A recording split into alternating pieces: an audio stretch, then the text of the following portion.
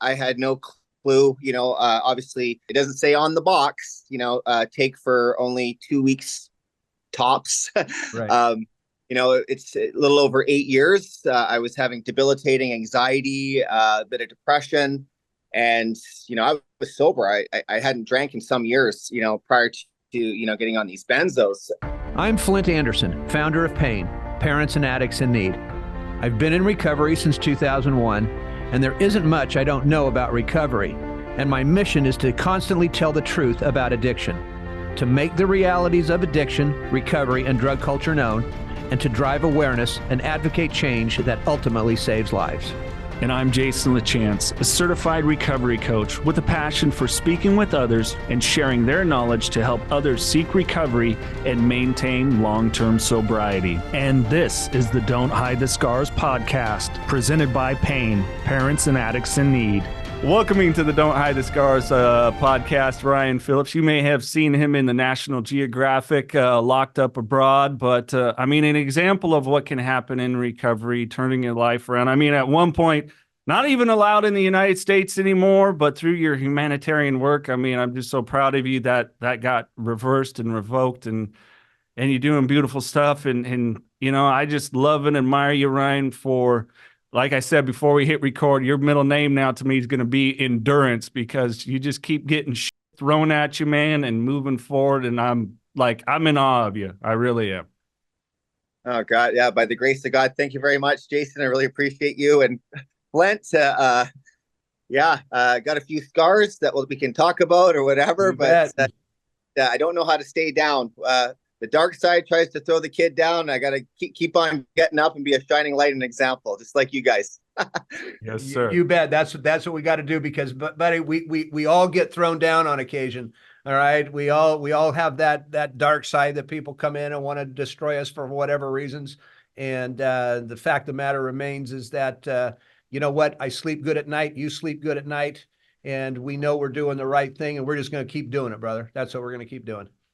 Absolutely. Yeah. My sleeps haven't been so great the last 31 days coming off these bloody benzodiazepines. Benzo hell is real. And I'm experiencing it after quite a few years of abusing that drug that was prescribed to me by my good old doctor, who said sorry a little over a year ago. I'm really sorry that I prescribed you this highly addictive pill that, it was like getting a warm hug in the beginning, and then that turned into a lot of destruction. And God, I was out to lunch for a lot of years, fighting that, taking that horrible drug that I found out with doing a lot of research over the past, few years. 92 million benzodiazepine prescriptions in the U.S. alone just last year. Sure. And they say 50, who knows the stats? This is the Mayo Clinic, so it says 57% of people that come off this are, think about taking their life or actually attempt to take their life. So, I'm just striving to be one of the success stories, and with all my heart, I can give some awareness to that. And yeah, it's something that really needs to be addressed. These things are taking people out left and right. Big pharma can take a swim down the creek with no paddle. Right. It's interesting. Well, not interesting, but you bring this up because, look, the last time I took a benzo was around 1985 or so, because we were, again, popping them like candy. It was the blue 10 milligram ones, and a benzo withdrawal. If you're not doing it under medical care, you're absolutely right. The best way for me to describe that would be as I was having nightmares during the day while I was awake. It was absolutely brutal. And we've made this part of our mission here at Pain for a number of years. But you're right. We are not in this country. We are not talking about the damage that benzos have done over the years. Valium came about back in the 50s, and it was the miracle drug for housewives, right? And from that point on, the trillions of prescriptions that have been written, since the 50s for this drug. first of all, again, in my mind, it's criminal, okay? Because these doctors, they don't understand what a benzo does to the body. They don't understand what it does to our brains. It is one of the most difficult drugs to come off of, even if you are under medical care. But let me tell you something, man, it can be done. All right. There's plenty of us that have done it. Okay. And, but we're not addressing this issue at all in this country today. And it's a disaster. Yeah. It's, I mean, I had no clue, obviously, it doesn't say on the box, take for only 2 weeks tops. Right. It's a little over 8 years. I was having debilitating anxiety, a bit of depression, and, I was sober. I hadn't drank in some years, prior to, getting on these benzos. And, later to find out, after I went across Canada and through other countries in 2019, I saw one of the top brain specialists in Canada. And he said, all your issues with the anxiety and the depression, I think it comes down to, the concussions that you took in and out of hockey. So a lot, the subconscious storehouse is very powerful. Over the last 31 days, going through all this, a lot of memories are coming up before I was, numbed out, so to speak. Yeah. I still have faculties there. They just weren't spinning on full throttle. I mean, God, it talks about, the acute and all the withdrawal from this taper. I have every one of them amplified. Right. And I don't wish this on anybody. My worst, maybe child molesters. That's about it. That they can get their pecker off, put them on benzos and withdraw them up real quick. Right. I mean, right. Seriously. Yeah. But find a pedophile, catch him, put him on benzos, and then just stop them. There you go. Right. There's right. Then throw him in a cell and say, hey, good luck. Like, I'm not nervous. I'm sweating like a right now, not because it's hot out. It's the stuff coming out of my body. It's ridiculous. And the agoraphobia that you have on this too, not wanting to be around people. Nausea, headaches, blurred vision. It's the tinnitus, ringing in the ears, insomnia. I went 3 days last week without a wink of sleep. And I literally thought I was losing my mind. I wanted to rip my head off my shoulders. It was brutal. And will say, I have one gentleman in particular, incredible gentleman. He's actually on Instagram. His name is Henry Rodriguez. Incredible guy. He was on them for 20 years, and he's been a godsend. Talking to him every day, and he's just like, I'm here for you, brother. He has been through the benzo hell, and because it's when you're in it, it's like, the higher part of you, higher self, God's source, so to speak, is like, you're going to get through it. But the physical is just like, oh my God, how are we going to do this? It's like every moment it feels like you're puddling mud. Right. But, to know that other people have gotten through it, gives you that ray of hope. And, I just know that, getting through this is going to give me the opportunity to help other people get off this, this brutal pharmaceutical. So Big Pharma is going to want to put a bounty on my head when I'm done with this. That's one of the things I love about you. And thank you for sharing that about Mr. Rodriguez, because that is so important. Like through these times, that's why, Flindt, with the way that he does the parent support group here, and us meeting people and everything else, why it's so important to get connected and stay connected with people and just reach out and continue it. The big moment is when we first ask for help, but that's not the last time we're going to ask for help. Right. We have moments. I've had moments here with Flindt, like I'm just struggling through these life things, and I'm facing them for the first time in a way that I never had, with clear vision, clear mind, clear spirit, and everything else. They're still hard. We still have to continue to ask for help and thrive with community. 100%. And here's the deal. Alcohol was easy for me to get off. a week of withdrawal. I mean, I was a booze donkey like nobody's business, cokehead, everything else, ecstasy, you name it. These things are literally, I mean, they say they're harder to come off than heroin. I've smoked heroin, I never injected it, but my God, like, I have no idea. Like, I think I'm a pretty strong mofo. And I don't know, man. I'm telling you, I guess the spiritual metal is winning on this one, because, man, like, when I say to, like, people are like, you know, my parents especially, I'm like, you don't understand. Nobody can understand this unless you're going through it. That's the thing. Right. People can understand having a bad hangover, withdrawing from alcohol. This is a completely different animal. It literally feels like you're crawling out of your skin. Like I said, it's not just one symptom. You're dealing with like 50 all at once. And you get these tiny little pockets and little windows. Like, I mean, I'm used to getting up early in the morning, going to the gym, having a swim, and being very high functioning. And I was even on the benzos, you know, but once, you know, you put a halt to it, it's like literally you're just slammed down in the rack.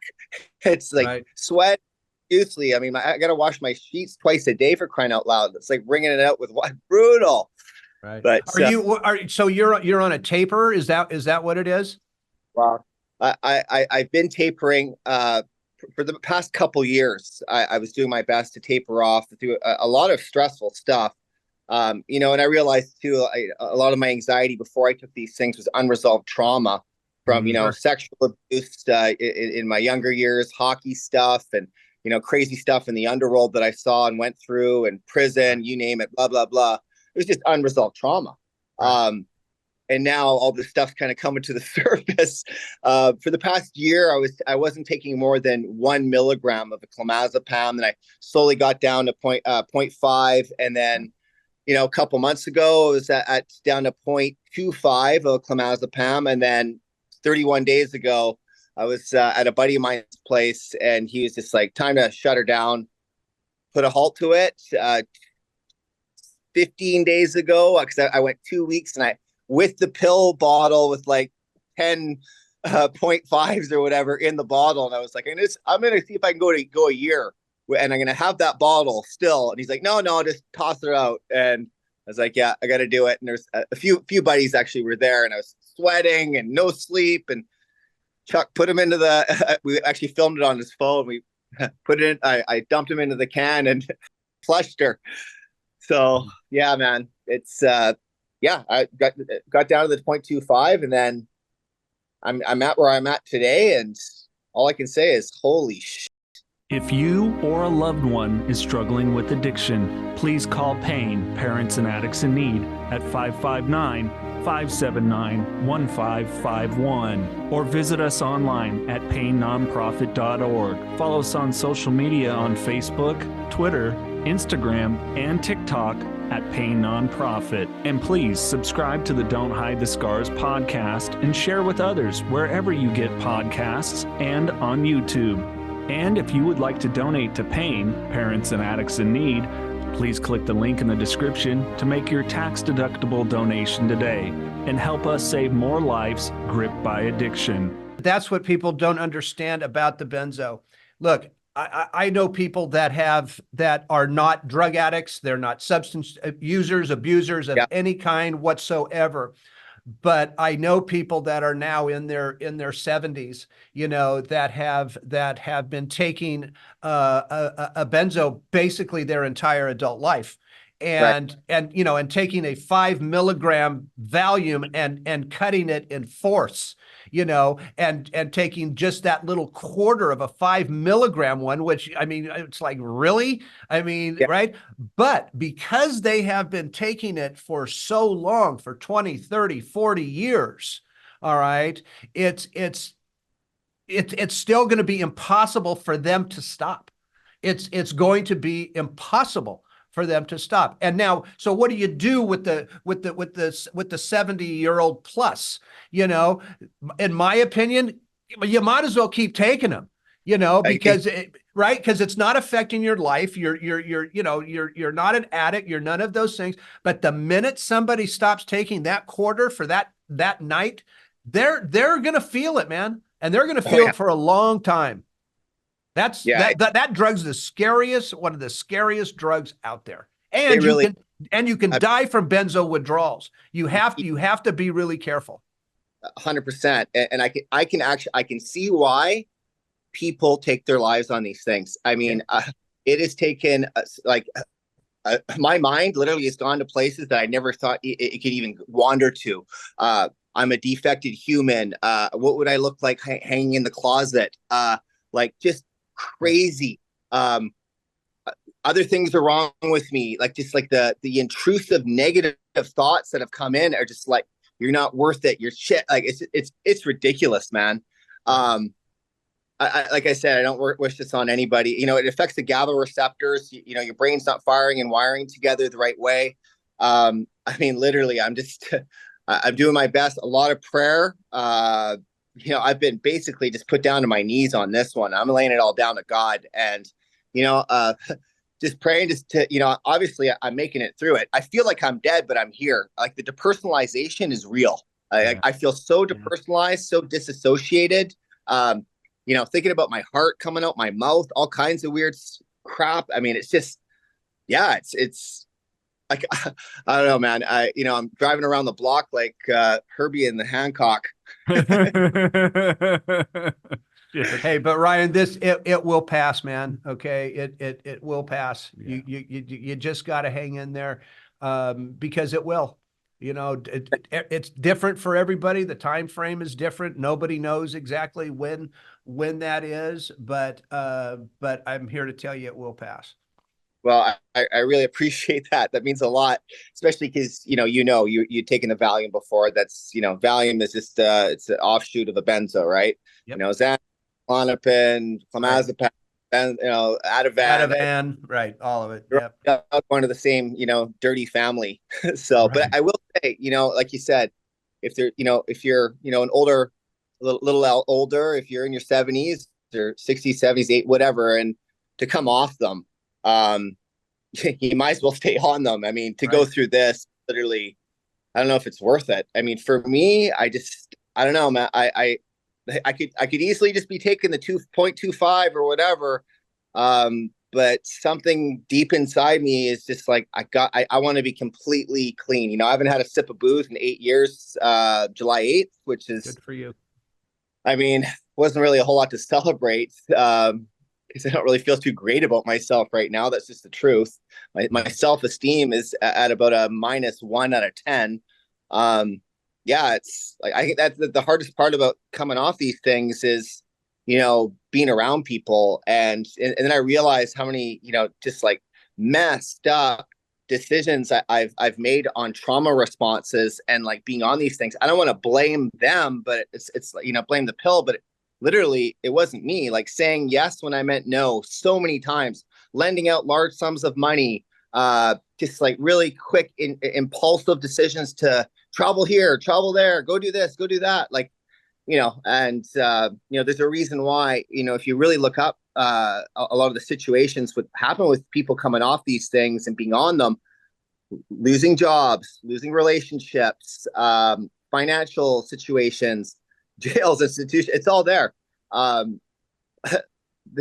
they're worse than alcohol because they're so easily, they're easy to get. Yep. I one of my doctors when I was living in Los Angeles was, I didn't have my health care down in the States when I was in Los Angeles. I go to Malibu and she'd give me $1,000 at a time. I was popping them like a Pez dispenser, like Smarties, and chewing on those little suckers. Right. And I got to the point where I couldn't live without them. Right. So yeah, I'm not ready to talk about it because I know that I'm not alone on this one. There's a lot of people that are highly dependent on these pills. A couple close friends of mine are on them, and man, I've been trying to help them taper off, as I've gotten off them as well. And, one guy in particular, he's laid up every single day. He's in bed all day. He has apathy. Here's a guy who was very high functioning as well, pro hockey player. And he's, how do you get off this? I can't do it. I'm like, you can do it. You just got to really, really, set your mind to it and come off it safely. And sometimes maybe not listen to the doctor because they're going to want to keep prescribing you more. Right. Yeah. And, but like I tapered off a lot faster than my doctor told me to. That's, maybe that was, I'm at where I'm at. I'm getting through. And here's the other thing too.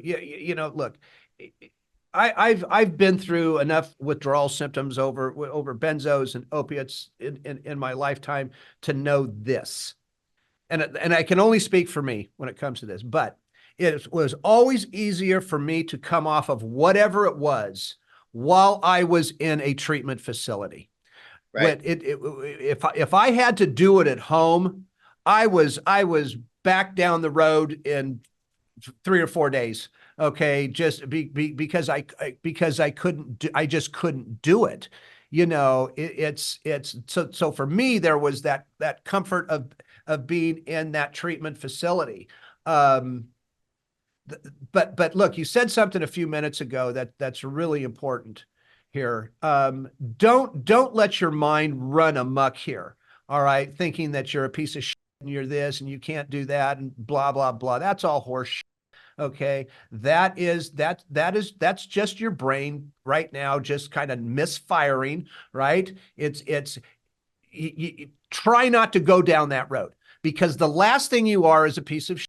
The last thing you are is some moron, okay, that got stuck in this and you don't want to do, and you think you're worthless and all that stuff. No, you're not. The nature of the beast with these drugs is that it's what they do. Okay. These drugs do their job really, really well. It's the hijack. Okay. It's the hijack syndrome. All right. You've been hijacked. You've been kidnapped, whatever you want to call it. Right. So I know it's tough. I know it's tough, but you like your buddy, man, I can picture him. I can picture him right now in that bedroom. Okay. Sitting there, laying there, just not knowing whether to or go blind anymore. All right. And it's, but he can do this as well as you can do this. Yeah. It's just going to take a little bit of time, and you almost have to get that into your own mindset that this is not going to happen overnight. It's just, I'm sorry, the reality is just that it's not going to happen overnight, but it will pass. But when you were at where your buddy's level is right now, that concerns me, because I'm just telling you, he better not try to stop on his own, because it's not going to end well. Okay. It's not going to end well. 100%. He was taking 5 1 milligram Xanax. He's at 4. He's going to, try to taper down to 3.5.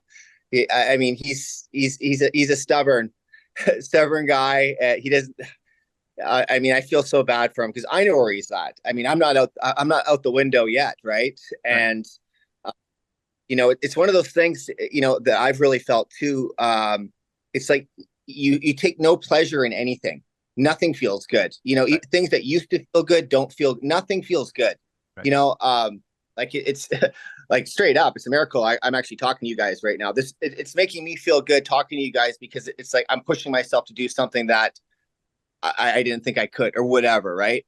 But it's the real deal. Those things are, it's like, I'm baffled about them as well. Like how a human being could actually come up to make something this messed up to put inside the physical body is just baffling me. And obviously in the beginning, it's like getting a warm hug. That's what it felt like. It was like, oh my God, like anxiety gone in like 15 minutes. And, the thing is, though, is they only last, 4 to 6 hours, and then you're popping another one. And instead of popping one at the beginning, you're popping 2. And I'm looking back on it now. And at one point in my life, God, 4, 5, 6 years ago, when I was at my peak with these things, at one point I was taking over 10 a day. New Perceptions North, the premier drug and alcohol treatment and recovery center in Central California. A full continuum of medically supervised top quality care with programs for detox and patient residential treatment with dual diagnosis, intensive outpatient treatment, sober living support groups, and more. New Perceptions North provides adult men and women with the highest caliber of professional health care, treating each client with compassion and respect in a safe, comfortable environment to begin the process of recovery to proudly create and sustain a life without addiction. Call 559-978-1507 or visit newperceptionsnorth.com. Like any other drug, they build a tolerance in your body. Yeah. All right? Right. Just like any other drug. Because look, when we're taking that benzo, and you just said it best, when we take it that first time, it's that warm hug. So we want that warm hug feeling every time we take one. And the reality is that we're not going to get that warm hug feeling every time we take one after a certain amount of time. So that it just stands to reason now we've got to take another one, or now we need to take 2 every 4 hours, or 4 every 6 hours, whatever the heck it is. So it's that revolving circle and cycle that we go through that you just can't win. Okay. No. You just can't win at it. That's why I'm a huge proponent of people going into a legitimate treatment center that is going to give you the right medications. And again, non-narcotic medication. There's plenty of them out there. Okay, that are going to help you get through this last little bit of what you need to get through, because we also live in a society today where, look, I know there's people out there who go, you know what, if you just toughen it out and you're going to learn from this, horseshit. Okay, you know what, the brain is too tricky. The brain is too tricky. How many people have thought that and then relapsed down the road again, right? It needs to be done the proper way. And if you can do it that way. That's my only suggestion here with that, because again, with any substance, speaking for me, I could not do it on my own.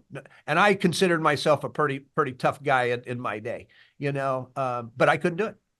Yeah. I needed the help. And this is why, Ryan, here on A Lot, we talk, Flindt and I share about the harm reduction and medication assisted treatment and these tales, and appreciate your honest, open vulnerability here is, like Flindt said, okay, if you're, 70 years old, but it's when, okay, the young person goes into treatment. Oh, they got anxiety with that too. Let's put them on a benzo and send them home. Like, what the fuck is wrong with you? Right. Like me, I was telling Flindt before we got on here, luckily my primary doctor decided not to retire because I was going to this other guy and he goes, oh, you're having extreme anxiety. This was after my slip up just over 3 years ago. And he goes, oh, well, I can prescribe you benzos. The top thing right there on the motherfucking report is I'm an alcoholic. Do you understand how a benzo works? It's like rapid alcohol. You might as well just give me a 30-pack and shove it right into my body that quick. Yep. Like, what the hell was wrong with this guy? Oh, yeah, it's nuts. And it's like, why are you not understanding this? That people say, oh, Flindt and I, you guys are closed-minded, don't have a perspective. No, we have ultimate perspective. Like, we don't want you to just live. We want you to thrive. Right. And we understand how this impacts your mentally, emotionally, physically, spiritually. That's why we do what we do and put these out, and are grateful to have conversations with gentlemen and ladies as well, but like yourself, that share the honest truth of what they're going through, have been through, so that people understand. Well, yeah, it's crazy. There's a lady who wrote a book called I think it's Making It Out of Benzo Hell or something like that. She's this lady, she sent me her book. I'm sorry, I can't remember the exact name, but it's something Benzo Hell. I'll send you the link after, but it's really good. She was on it for quite some time, and she wasn't an alcoholic. She never had any issues with alcohol, but the benzos became a huge issue in her life. Almost lost her family. She decided to come off these things quite fast, and she couldn't get out of bed for almost half a year. Yeah. And then, after a year, she did get off it, but then it would come back, like she'd be at a get together with family or friends, and all of a sudden get these, the same thing. Like they're tricky. I've been reading a lot of this book. She sent it to me on my phone, so I just been looking at little bits of it, and I don't want to focus on it too much, because then it kind of consumes me. I almost want to think that I'm normal right now, and I don't want to kid myself. But anyways, I just can't believe that. I mean, obviously I'm going through it for a reason, and hey, you got to go through something like this if you want to be able to give back on some sort of way. And even in that film, Jason, that Amanda and I have coming out, I really, really talk a lot about these benzos and how tough they've been to come off. And at the end of that, during that film, I was taking 0.5 and 0.25. I was kind of in the middle of my rapid taper. And so, like I said, when that gets shot out to the world, I think Big Pharma is definitely going to have a bounty on my tail. But, you know what? Screw Big Pharma. Okay. I mean, it's what Big Pharma has done in the benzo side of this thing is, again, look, I'll start a benzo gang to surround me, so just in case they to protect my ass. but all these drugs are, look, and here's the other reality to this. A lot of these drugs were always created to help somebody. It's the devil on one shoulder and it's the angel on the other. But we're doing the same thing now with long-term harm reduction, with the medications. What we're not doing is we're not giving people the truth. We're not telling them the true story about these drugs. So an example would be, all right, you're a heroin addict, you're a fentanyl addict, and we're going to put you on methadone for the rest of your life, right? First of all, I hate methadone. I think they ought to blow up every goddamn methadone clinic from here across the world. But what we're not doing is we're not telling people that, look, here's an alternative for you, but here are the possible long-term health risks that go along with it, such as bowel obstructions, heart issues, sleep disorder, and there's numerous other ones. Psychosis, especially if you don't have enough of the drug in your system. Because I went through all of this. I did have a psychotic break because of it. Right. And so again, and there's a difference between the 25-year-old and the 70-year-old or the 75-year-old. There is a huge difference. So we have to be able to at least give people the truth, the options, all right, on this is what it's going to be. I mean, look, here at Pain, we're dead set against it. Okay, we just are. Why do we want to keep a 25, a 30-year-old, or even a 40 or 50-year-old trapped on a drug for the rest of their life? Because that's what you are. And we're sending the wrong message. We're sending the message that, oh, you know what? You're just too weak. You can't do it. So let us take care of you. All right. which again is bullshit. All right. But a benzo, I mean, look, when they give you a benzo in the hospital to relax you, to me, there's nothing wrong with that. Okay. Especially if you're going in for major surgery. Like I've had a couple heart attacks and heart surgeries. You know, I mean, when you're going into a major surgery like that, and you walk into that surgical room and you see 18 trays of tools, okay, that they're going to start cutting on you with, all right, you get a little nervous, all right. So at that point, you know, give me a little something for it. But we again, we don't tell people the long-term effects that are going to happen once we start giving out these drugs, and that to me is criminal.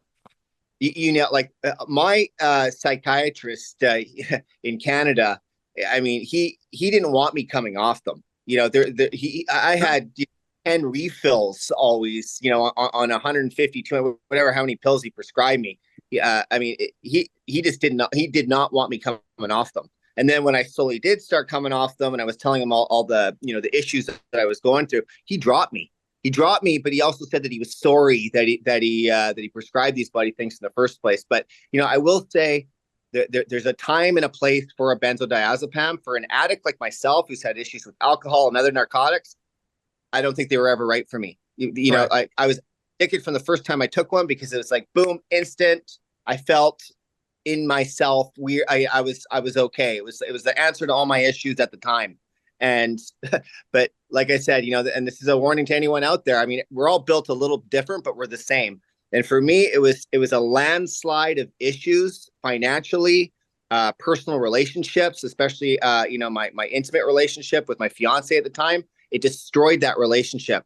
I mean, I look back on it. I mean, I was blaming her all the whole time. It always takes two, obviously, but I mean, she, I would have felt. I feel bad for her now.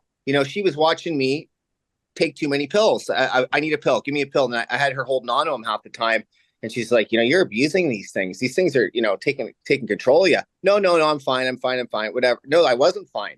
And, a lot of those memories are coming back now. And I'm just like, wow. I mean, it must have been very hard to be her watching her significant other, hammer back all these chemicals nonstop. I mean, yeah, I wasn't drinking, but I mean, at the end of the day, I was a pillhead. I don't want to be looked at as that person. I mean, it's just, it's brutal. I mean, look, 92 million benzodiazepine, 92 million. That's too many. I mean, if I can just, my heart goes out to people out there that are going through this. I mean, it's one thing to be on them because you're kind of just going with with life, whatever, and you're not really thinking. It's, I mean, but it's like you said, you want people to thrive in life, and I mean, I believe everybody deserves to thrive. I love seeing people succeed in life. It's one of the things I love the most, seeing people do well, and society kind of they don't want us to succeid. A lot of the people with big farm, they want to keep us held down. They don't want us doing well and financially well off and stuff like that. But I just think the more advocates in mental health and stuff like that tell the truth about this kind of stuff, but it can shed light on it and help people get ahead, right? So that's what I'm trying to do, because I know that for a lot of years here I haven't been at my full potential, and I can't wait to. I mean, I'm not there right now, but slowly but surely, one day at a time, just like alcohol. I believe I'm gonna get there. And talking to guys like you, you'll get there, man. Great. Gotta get there. Gotta come down, visit you guys. I know you do. We've been talking about it for a while. I know, right? Don't forget, and I encourage you not to forget, though, you have been a beacon of hope for so many people. And me personally, in the times that, when you've been around the globe and doing so much, and, so there is so much beauty to be there to share. I felt like a bit of a fraud when I was going across, the second biggest landmass in the world, Canada, on two wheels. I mean, I was taking benzos the whole time, and I was, I'm advocating mental health here, and I'm taking 5 benzos a day, doing 100 and some odd kilometers, sweating this crap out of it's nuts. And man, I mean, if I were to do it again, I would have done it with more people, and not just done it solo. But I'm not going to do it again. It was too long. But if I were to do it again, I would do it to actually talk about this issue with the benzos and with these kind of pharmaceuticals, because they're proven that they're not good for you. That's the thing. Right. But like I said, there's a time and a place, but to take them every day, there's a problem. Yeah. Well, like I said recently, what were we talking to? Was it with Dino? I can't remember who it was that we had on, but oh yeah, with anything we take, like these prescription medications, the consequences of not taking it have to outweigh the consequences of taking it. Yeah. People always go, the benefit. Stop bullshit. Stop selling. No. Like Tim Lodgen we had on, a good buddy, and he was like, eventually he weaned off of the medication he uses for his bipolar because his episodes have gotten further apart, more manageable. But he had to be able to assess that the benefit or the side effect of not taking it was now not greater. He's able to Right. thrive more. He's able to see things more clearly. He's able to check his shit, like where he's telling us, oh, I bought one Harley, and I was like, forget it, I'm going to go buy another one. He's like, what's wrong with me? Like, I can only ride one at a time. Call the guy, like, I'm not going to buy it after all. Like, he sees it, understands that it was a manic episode, and he's able to be able to assess that. Right. But he can do that now. So now it's Right. okay. But these things, like, people just like this stuff is benign. It is not. My friend in Canada, it hijacked you. Like, it was like, Well, it's one of those things where, obviously I think we're everything's energy. Yeah. It's definitely taken a toll on the energetic system of this physical apparatus. And, I always, we're connected to everything, attached to nothing, but I feel like I'm very disconnected to all that is right now. And it feels like I'm looking out of a kaleidoscope. And man, I just keep praying that, in every moment, it's like, even when I feel like I'm not making it, I guess I am making it because I'm still here, but it doesn't feel like here. It's hard to explain. Yeah. No, trust me, I get it. In fact, during this conversation, it's like I'm sitting here going, I wish I could just do I dream a genie move and just make all that shit disappear for you, because like I said, I've been there. I've been through that. I know exactly what you're going through. And like I said, the only thing I can add here is the fact that it's gonna pass. Okay. Mm-hmm. It's going to pass.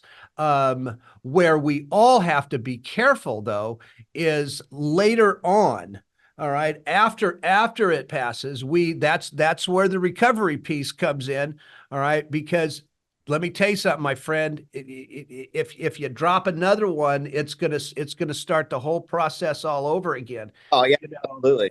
Right. And that's the mystery of addiction right there. So obviously staying connected and staying in recovery groups and doing whatever it is that you got to do. All right.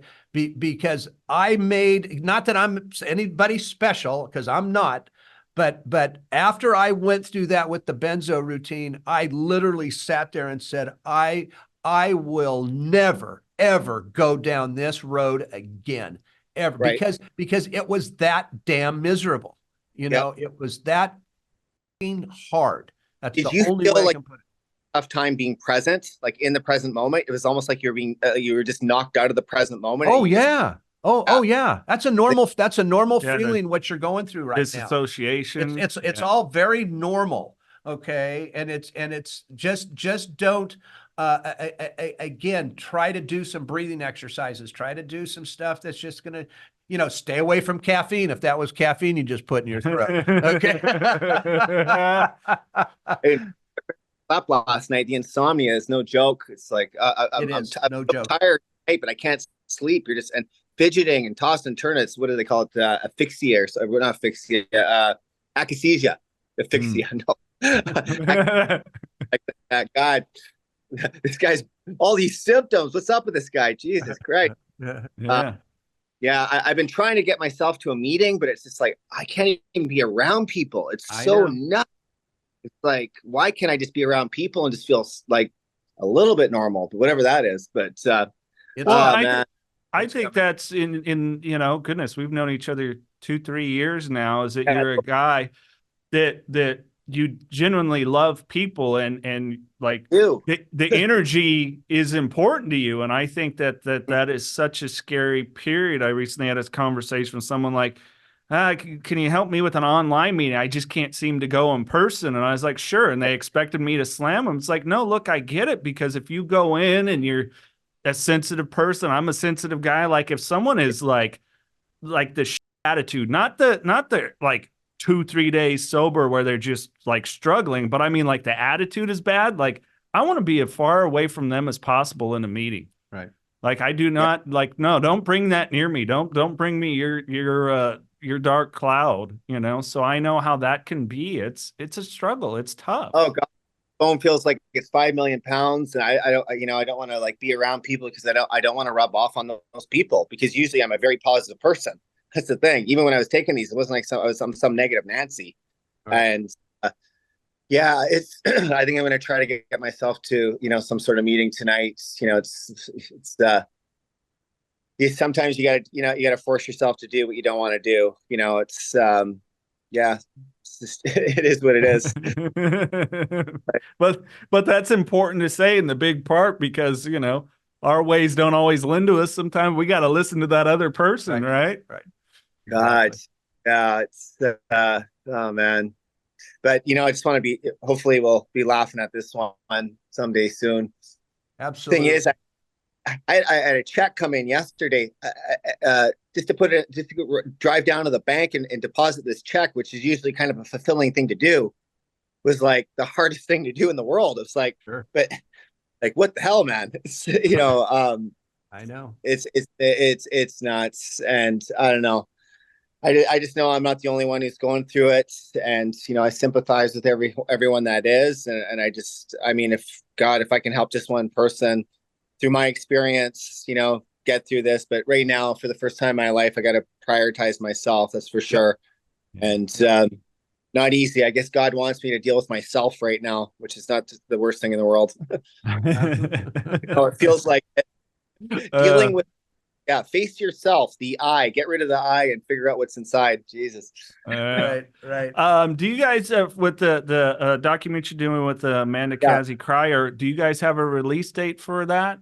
It's actually they're just finishing up an 11-minute torch to show Angel Studios right now, and if they like it, they'll take it. It's it's a far cry from what Locked Up Abroad King of Weed is. It definitely breaks down the 3 identities I've taken on, which is Ryan the hockey player, Ryan the drug smuggler, Ryan the humanitarian. I'm none of those. I'm just a spiritual being having a human experience. It's a very faith-based film. Trauma to I would say trauma to faith, more or less. It's a lot of it really is a love letter to my daughter and to all the parents out there that are struggling with kids with that have struggled with addiction. So yeah, it's I don't know. I maybe it's 2 months, maybe 3. I'm not too sure. We'll definitely have to get on here with Amanda or do knocking down doors with Amanda or whatever. But I know that King of Weed was watched by 500 million plus people. So we hope that it'll surmount that, because this is Ryan. It doesn't, sugarcoat the marijuana trade like Locked Up Abroad did. It's me. It's very emotional. I definitely shed a lot of tears, and I definitely felt the Spirit of God running through my veins while I was able to kind of spill my truth. There's 16 hours of footage that was shot over the last year and a half or so, in Cancun, Vancouver, and in Texas. So I think people are going to really enjoy this film, and I think anybody in the world will be able to connect to it on some level. So I'm looking forward to doing part 2 too. Part 2 is going to be me off the Benzos. I'm hoping Henry will be involved in that. It'll be Radical Forgiveness too. Ryan Benzos, and then somebody else's forgiveness story and journey into faith. So I'm really stoked. I want to be doing more of these films, helping produce, direct, and whatever. I think it's going to open up a lot of doors for me, like to do more things. And I never went to film school or anything like that. But I really like it. I enjoy it. And I don't have the huge big following on Instagram or anything like that. Most of my posts are just kind of going for hikes or trying to motivate in some way. But I don't know, maybe this will help me get out there a little bit more and just show my heart. I'm not into the whole fame game or anything like that. I'm just a real guy that likes to help people. So I'd like to say I put my heart on my sleeve, and hopefully that'll show. I know it will. And I know that you had mentioned your daughter right there, and that's such a big part of what happens here, is really helping not only the parents understand the child, but there's so many parents that come through these doors that they themselves struggled and then end up having a child struggling. Hey, that's my life. I'm from a lineage of addiction on both sides of my family, and it's that thing of hoping that it stops with us. And sometimes that's not the case, and it's tough. And like I told you, I keep your daughter in my prayers, and I didn't know that she had kind of went missing again. And I know that's tough. I can't imagine that feeling of the runner. 3 and a bit months ago, she was 3 months clean. She left rehab to go be with her ex-boyfriend, but boyfriend again. Now they're not together, but this time around she's been using intravenous drug use, fentanyl, heroin, coke, you name it. She was seen a couple weeks ago in the back of a Wendy's somewhere in Wichita, Kansas. But she's on the street and she's using, and it kills me. It's a tough one, but she just doesn't want help right now, and like I said, it's one of those things as a parent. It's tough. It's been a little over 5 years now with Sadie, and 32 visits to the psych ward, 4 suicide attempts with her, and she died while giving birth on the side of the road, for crying out loud. People don't really know the whole story. It's how intense it is. It's just sad. It's really sad. She was, said she was, she's bipolar as well. And I think there was, a lot of trauma with her growing up. I wasn't always there, which sucked. I did get that pardon in 2012, but I don't know. She was always good when she was with me. Hopefully she, by the grace of God, she'll pop up, and, something will drive her to get clean and stay clean. And, I really truly, there's been, she has gotten clean before, and, I don't know, it's just going to happen when God says it's going to happen. Right. So, but it's tough. It's definitely tough. Yeah, absolutely. Mr. Andersen, anything else you would like to? Brian, just thank you, man. I mean, I know this has been just wonderful talking to you, seriously. And you're a good guy. And look, man, this is doable. Okay, this is doable, and you're definitely on the right path. And you can reach out to Jason and me anytime you want. Jason will send you my info. All right. Thank you. If you just need to shoot the, okay, give me a call, man. Great, man. Yeah, maybe every day we'll check in. I'll be like, hello, it's me again. Still alive. That's all right. Alive. That's all right, man. Just go ahead and call, because look, we all need help through this stuff. Okay. And that's why we do what we do. It's that simple. This is not difficult. Okay, it's that simple. We help because we want to. We help because we've been there, and we help because we don't want people to have to go through what we went through. It's that simple. That means a lot, because sometimes when you're going through it, it feels like you don't really have anyone to reach out to. So it's really important that that we have people in our lives that kind of get it. Because our parents and our families, whatever, or sometimes close friends, they don't get it, and it's not their fault. Right. I can't blame them, but so it's really important that, to associate ourselves with people that have kind of gone through the same stuff, that can help us through this kind of stuff, or else that's when we lose people. I will speak for Flindt. He means it. I can tell. And yeah, I can tell you're just an awesome guy. Thanks, buddy. Yeah. Well, you too.